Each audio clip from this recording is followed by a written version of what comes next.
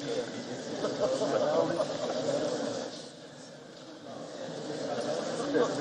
Excellency, the Vice President, President of the Senate, Speaker, House of Representatives, Principal Officers, and members of the National Assembly, Executive Governors, members of the Federal Executive Council, party leaders, and officials here present, senior government officials, ladies and gentlemen. It is my great pleasure to be here once again to present the 2022 Federal Budget proposals to this distinguished joint session of the National Assembly. Distinguished and honorable leaders and members of the National Assembly, let me start by commending you for the expeditious consideration and passage of the Supplementary Appropriation Bill 2021. This further underscores your commitment to our collective efforts to contain the COVID-19 pandemic and address the various security challenges facing our country. I will also take this opportunity to thank you for the quick consideration and approval of the 2022 to 2024 medium-term expenditure framework and fiscal strategy paper. Our hope is that the National Assembly will continue to partner with the Executive by ensuring that deliberations on the 2022 budget are completed before the end of this year so that the Appropriation Act can come into effect by the 1st of January 2022. The 2022 budget will be the last full year budget to be implemented by this administration.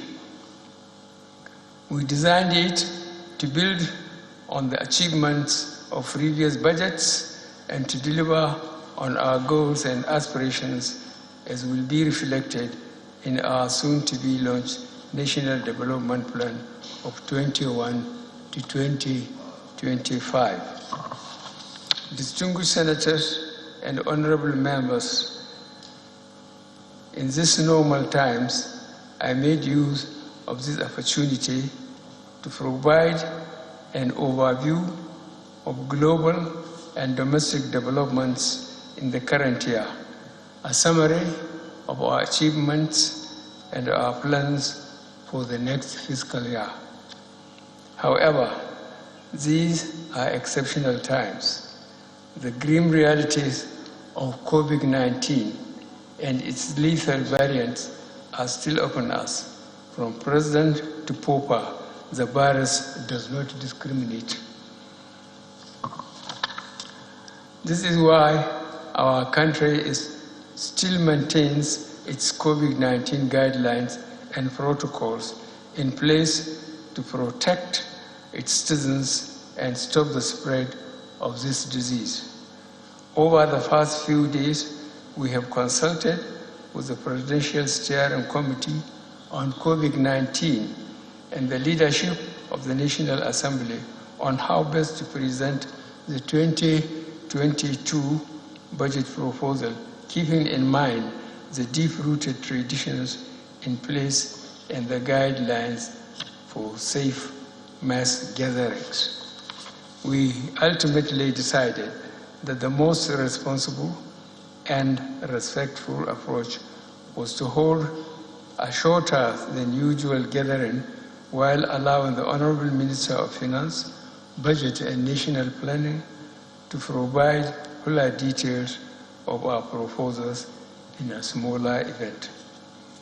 I am sure many of you will be relieved as my last budget speech in October 2020 lasted over 50 minutes. Still, over the next few minutes, I will provide key highlights of our 2021 performance as well as our proposals for 2022. The 2021 budget economic recovery and resilience is based on a benchmark oil price of 40 United States dollars per barrel, oil production of 1.86 million barrels per day, and exchange rate of 379 naira to United States dollar. Furthermore, a supplementary budget of 982.73 billion naira was recently enacted to address issues in the security and health sectors. Based on 2021 fiscal framework, total revenue of 8.12 trillion naira was projected to fund aggregate federal expenditure of 14.57 trillion naira, inclusive of the supplementary budget. The projected fiscal deficit of 6.45 trillion naira, or 4.52% of GDP, is expected to be financed mainly by domestic and external borrowing. By July 2021, Nigeria's daily oil production averaged 1.7 million barrels, inclusive of condensates, and the market price of Bonny light crude averaged 68.53 United dollars per barrel. Accordingly, actual revenue were 34% below target as of July 2021, mainly due to the underperformance of oil and gas revenue sources. Federal government's retained revenues, excluding government-owned enterprises, amounted to 2.61 trillion naira against the proportionate target of 3.95 trillion naira for the period. The federal government share of oil revenue totaled 570.23 billion naira as of July 2021, which was 51% below target, while non-oil tax revenues totaled 964.13 billion naira. The poor performance of oil revenue relative to the budget was largely due to the shortfall in production, as well as significant cost recovery by NNPC to cover the shortfall between its cost of importing petrol and the pump price. The National Assembly will recall that in March 2020, the Petroleum Products Pricing Regulatory Agency announced that the price of petrol would henceforth be determined by market forces.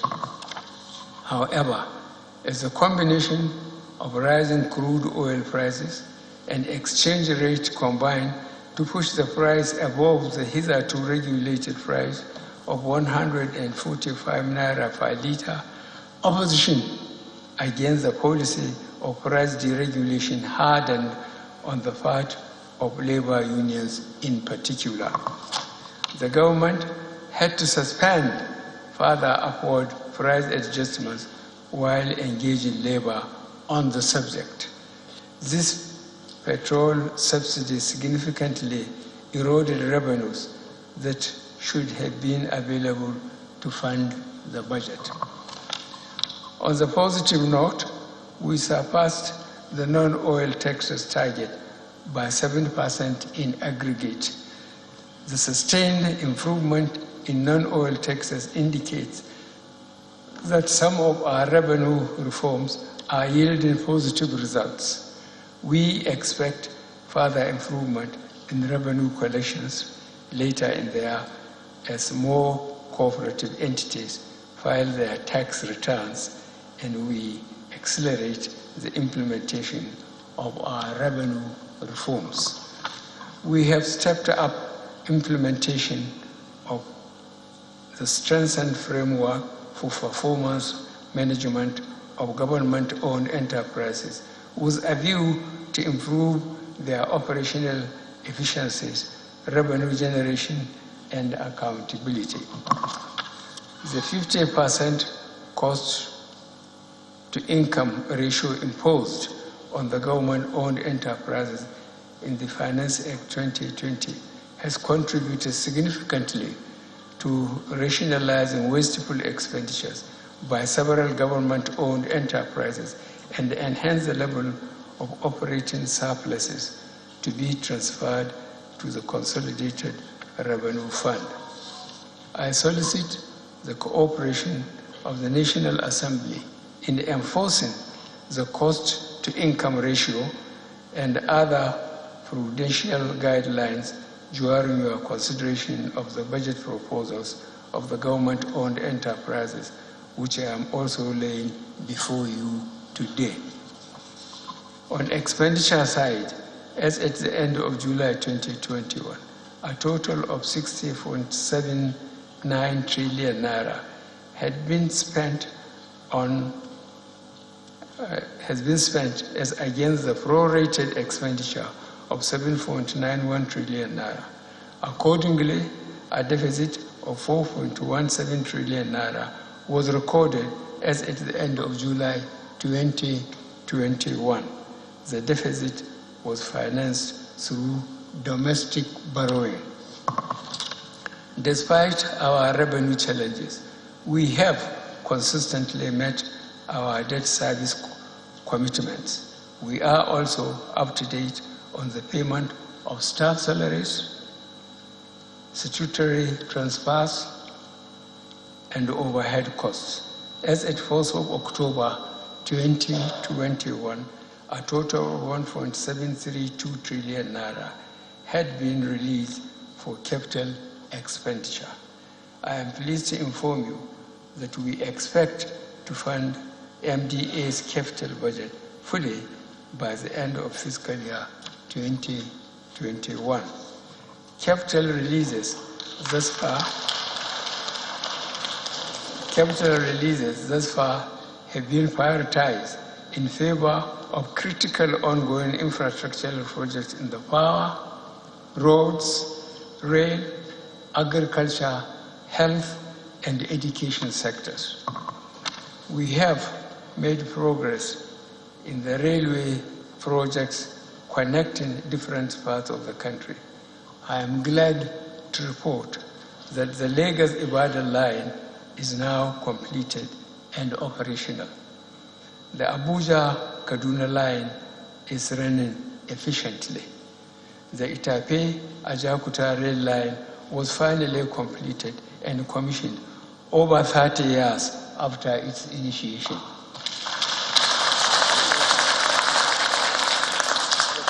Arrangements are underway to complete the Ibadan-Kano line.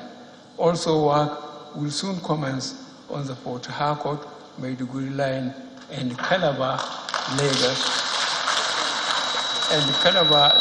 coastal line, which will connect the southern and eastern states to themselves and to the north.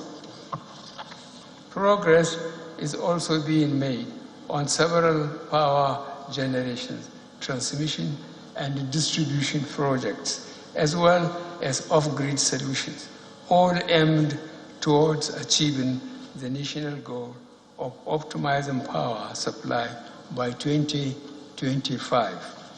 I am again happy to report that we continue to make visible progress in our strategic road construction projects like the Lagos-Ibadan Expressway, Apapa to Oronsoki Expressway, Abuja to Kano Expressway, East-West Road, and the second Niger Bridge.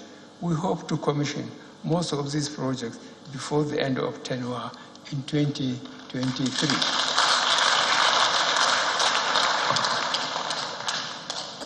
The pandemic reveals the urgent need to strengthen our health system. Towards this end, we constructed 52 molecular labs, 520-bed intensive care units, 52 isolation centers, and provision of personal protective equipment across 52 federal medical centers and teaching hospitals. We continue to push our expenditure rationalization initiatives, which we commenced in 2016. For example, on personnel costs, the number of MDAs captured on the integrated payroll and personal information system increased from 459 in 2017 to 711 to date. The recent passage of the Petroleum Industry Act 2021 and consequent incorporation of Nigerian National Petroleum Corporation should also result in rationalization of expenditure as well as increased investments and improved output in the oil and gas industry. Distinguished senators and honorable members, you will agree with me that a lot has been accomplished over the last year, but there is still much to be done. I will now proceed with the review of the 2022 budget proposal.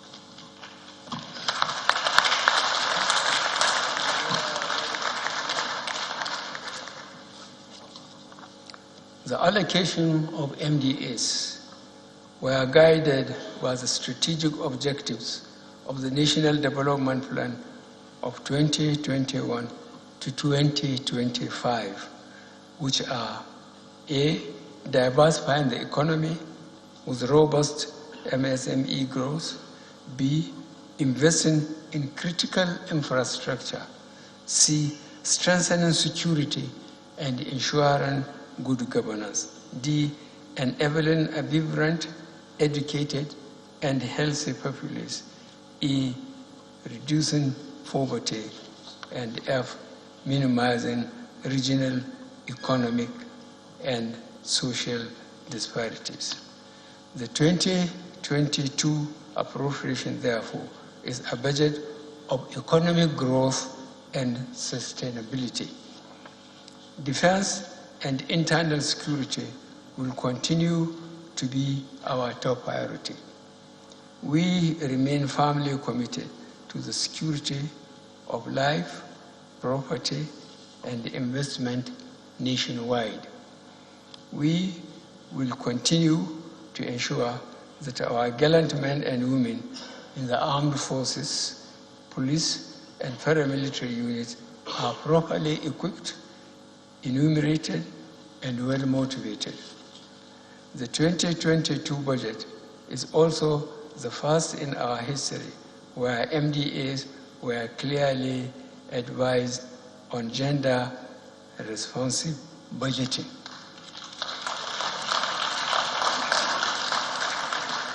These are part of critical steps in our efforts to distribute resources fairly and reach vulnerable groups in our society. Distinguished members of the National Assembly, the 2022 and 2024 medium-term expenditure framework and fiscal strategy paper set out the parameters for the 2022 budget as follows. A, conservative oil price benchmark of $57 per barrel. B, daily oil production estimate of 1.88 million barrels, including condensates of 300,000 to 400,000 barrels per day. C, exchange rate of 410 naira and 10 naira, 15 kobo per United States dollar. And D, projected GDP growth rate of 4.2% and 13% inflation rate. Based on these fiscal assumptions and parameters, total federally collectible revenue is estimated to 17.7 trillion naira in 2022. Total federally contributable revenue is estimated to 12.72 trillion naira in 2022. Total revenue available to fund the 2022 federal budget is estimated at 10.13 trillion naira. This includes grants and aid of 63.38 billion naira, as well as the revenue of 63 government-owned enterprises. Oil revenue is projected at 3.16 trillion naira.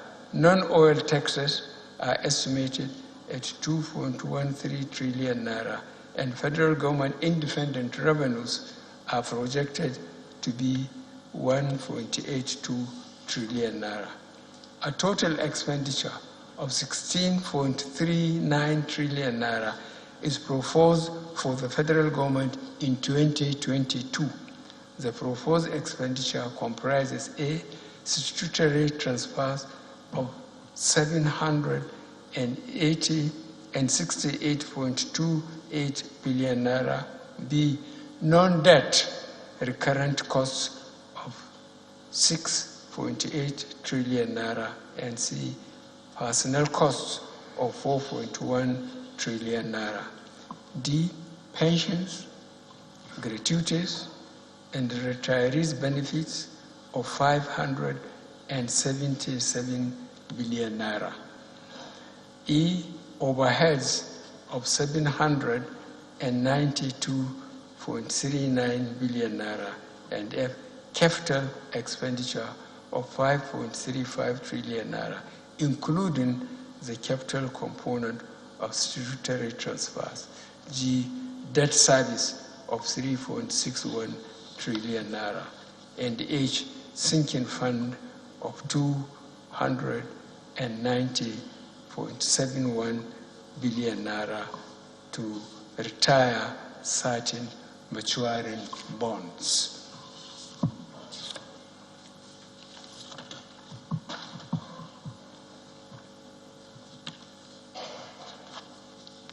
We expect the total fiscal operations of the federal government to result in a deficit of 6.26 trillion naira. This represents 3.39% of estimated GDP, slightly above the 3% threshold set by the Fiscal Responsibility Act 2007. Countries around the world have, of necessity, overshoot their fiscal threshold for the promises to survive and thrive. We need to exceed this threshold, considering our collective desire to continue tracking existential security challenges facing our country. We plan to finance the deficit mainly by new borrowings, totaling 5.01 trillion naira, 90.73 billion naira for privatization proceeds, and 1.16 trillion naira drawdowns on loans secured for social development projects. Some have expressed concern over our resort to borrowing to finance our fiscal gaps. They are right to be concerned. However, we believe that the debt level of the federal government is still within sustainable limits. Borrowing at specific strategic projects and can be verified publicly. As we are aware, we have witnessed 2 economic recessions within the period of this administration. In both cases, we had to spend our way out of recession, which necessitated a resort to growing the public debt. It is unlikely that our recovery from each of the 2 recessions would have grown as fast without the sustained government expenditure funded by debt. Our target over the medium term is to grow our revenue to GDP ratio from about 8% currently to 15% by 2025. At that level of revenue, the debt service to revenue ratio will cease to be worrying.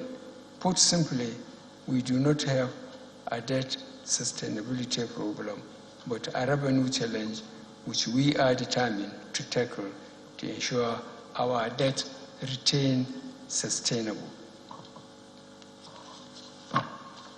Very importantly, we have endeavored to use the loans to finance critical development projects and programs aimed at improving our economic environment and ensuring effective delivery of public services to our people.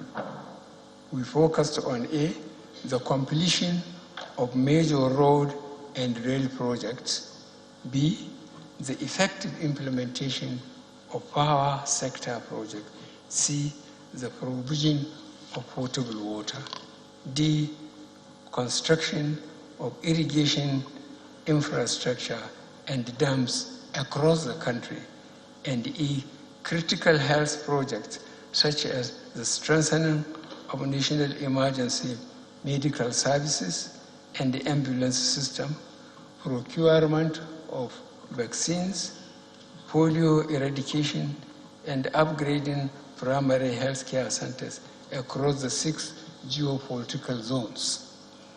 In 2022, government will further strengthen the framework for concessions and public-private partnerships. Capital projects that are good candidates for PPP by their nature will be developed for private sector participation. We will also explore available opportunities in existing ecosystem for green finance, including the implementation of our sovereign green bond program and leveraging debt for climate swap mechanisms. Our strategies to improve revenue mobilization will be sustained in 2022 with the goal of achieving the following objectives. A, enhance tax and excise revenue through policy reforms and tax administration measures. B, review the policy effectiveness of tax waivers and concessions.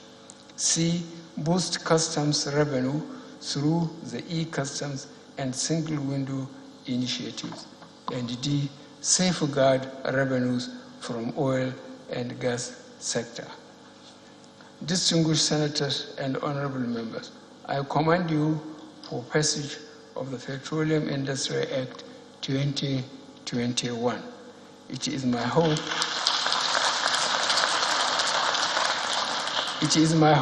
that the implementation of the law will boost confidence in our economy and attract substantial investments in the sector.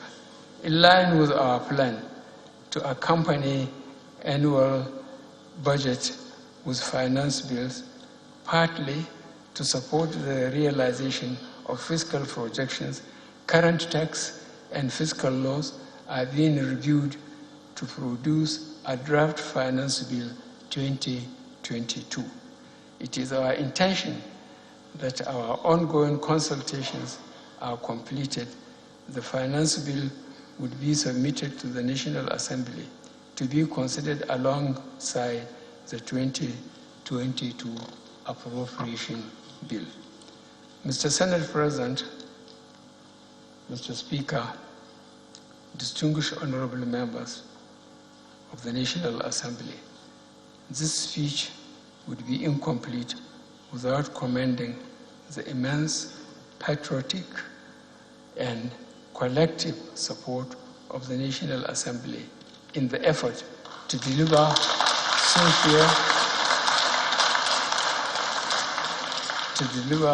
socio-economic development and democracy dividends for our people. I wish to assure you of the strong commitment of the executive to strengthen the relationship with the National Assembly. Nigeria is currently emerging from a very difficult economic challenge. We must continue to cooperate and ensure that our actions are aimed at accelerating the pace of economic recovery so that we can achieve economic prosperity and deliver on our promises to Nigerian people. The fiscal year 2022 is very crucial to our efforts to ensure that critical projects are completed, put to use, and improve the general conditions of our people. It is with great pleasure, therefore, that I lay before this distinguished joint session of the National Assembly the 2022 budget proposal of the federal government of Nigeria. I thank you most sincerely for your attention. May God bless the Federal Republic of Nigeria.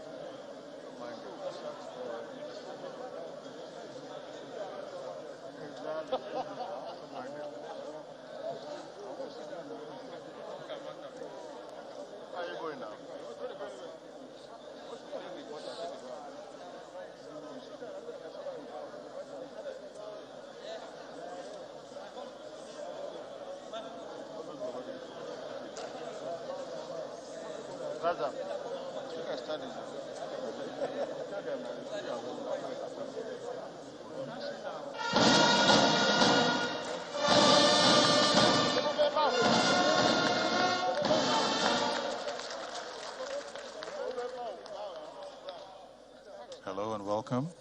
Hello. You're watching a live broadcast of the 2022 budget presentation. President Muhammadu Buhari has just finished reading out his budget details and has now laid the budget before a joint sitting of the National Assembly comprising the Senate and the House of Representatives. The total expenditure in the 2022 budget was 16.39 trillion naira. The president did talk about the challenge of revenue generation, which he says would be improved in the coming year through tax collection, increasing customs revenue, and fully harnessing the revenue that will be generated from the oil sector. He explains why there's a need to borrow to finance the budget, saying that the debt level of the federal government is still within